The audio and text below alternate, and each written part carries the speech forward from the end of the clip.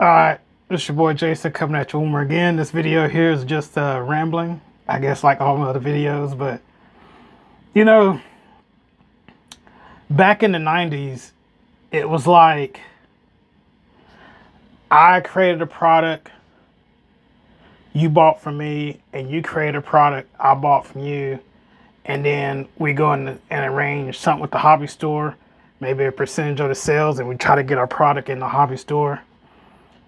And that's kind of like how it flowed. And then hobby stores back then and tracks back then, it wasn't just an RC track.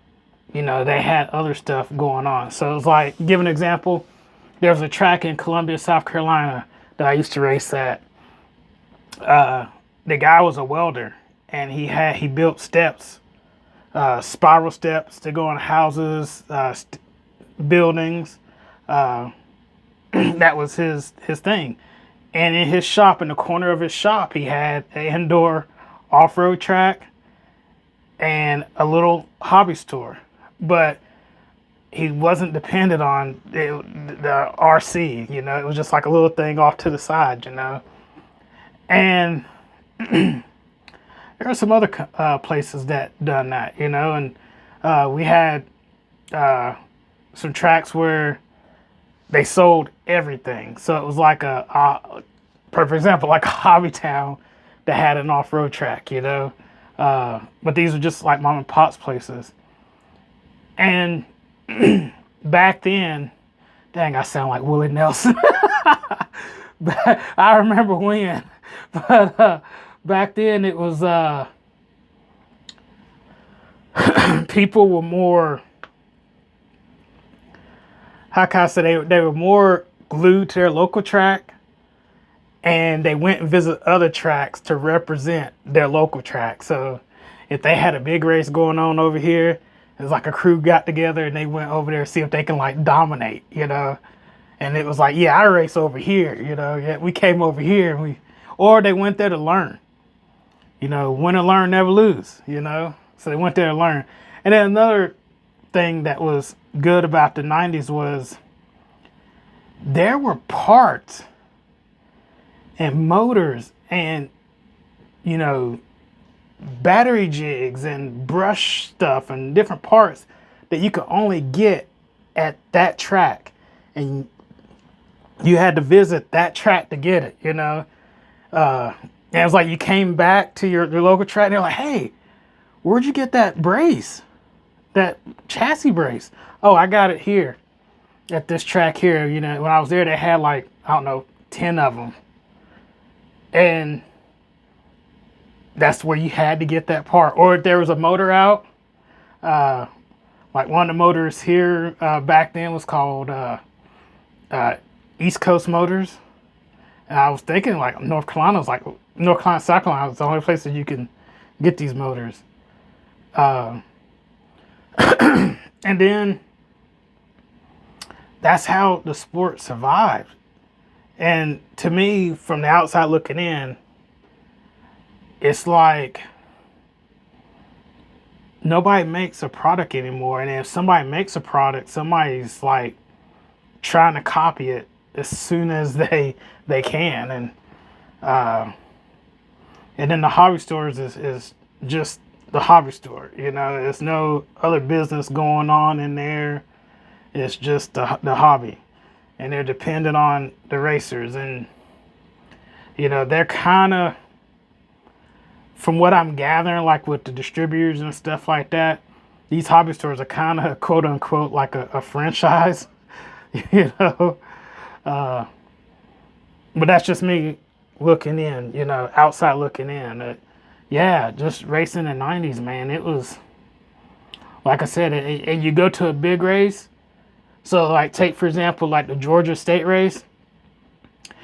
Everybody came to the Savannah, Georgia for the Georgia State race, because it was like halfway point from Florida and then halfway point from the people from up north.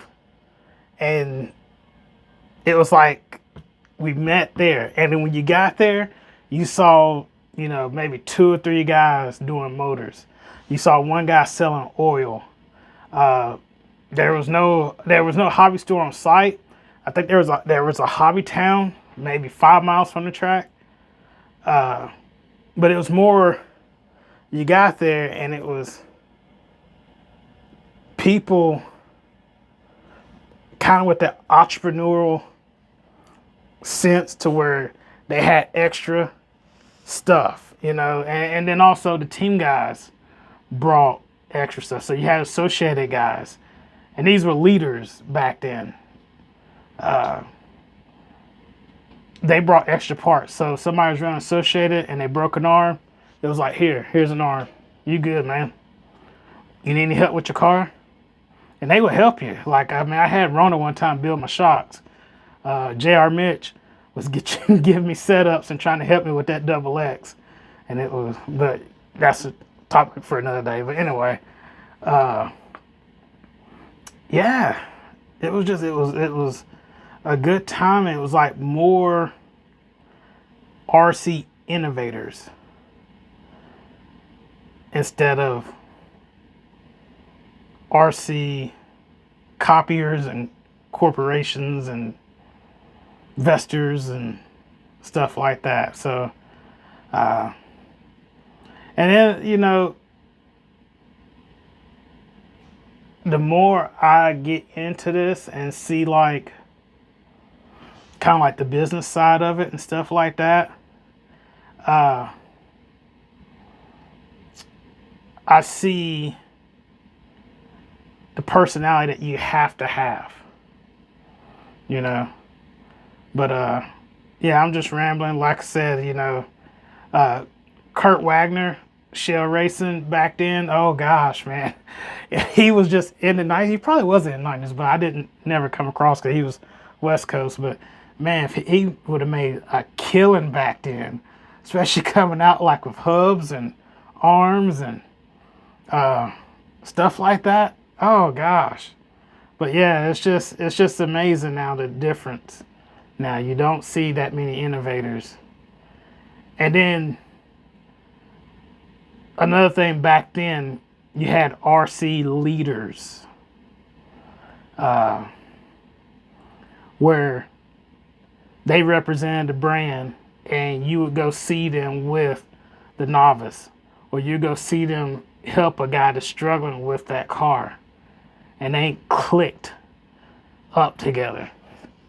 The guy that helped me out the most, I mean, on and off the track, like helped me, you know, off the track, was Joe Freitas. He was out of Tarpon Springs, Florida. And then Jason Brown, Bubba Ryan, Frank Ryan, and Anthony Andrews and Clyde Andrews, man.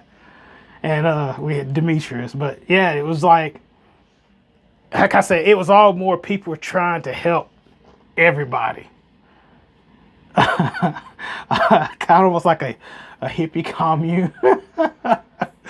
I don't know. Anyway, if y'all raced back in the 90s, comment down below of different stuff, the stuff you see now versus back then, and what could make it better now. Make the sport better now. Oh, another thing, brand leaders and stuff like that. You gotta be careful with these people you sponsor. I mean, yeah, there's you sponsor them, but on that local level, they ain't doing nothing. I mean, they're really not doing anything on that local level except showing up. So be careful with the ones you sponsor. And that I'm not calling nobody out. It's not even meant for anybody. This is just what I see going to a track. So, perfect example, when I go to a track, I don't wear any RC stuff.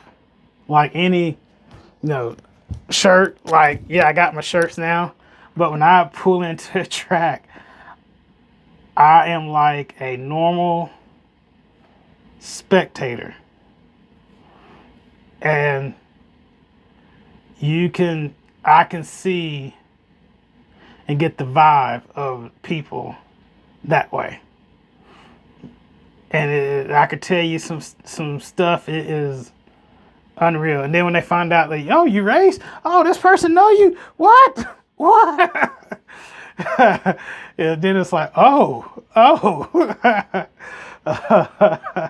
But yeah. Anyway, just rambling. Comment down below, like and subscribe. Check out my shirts. Race till I die. When I learn, never lose. This is what we do. Racers race. This is what we do. So, see y'all guys soon. If you see me at the track, go to me and say what's up. See you soon.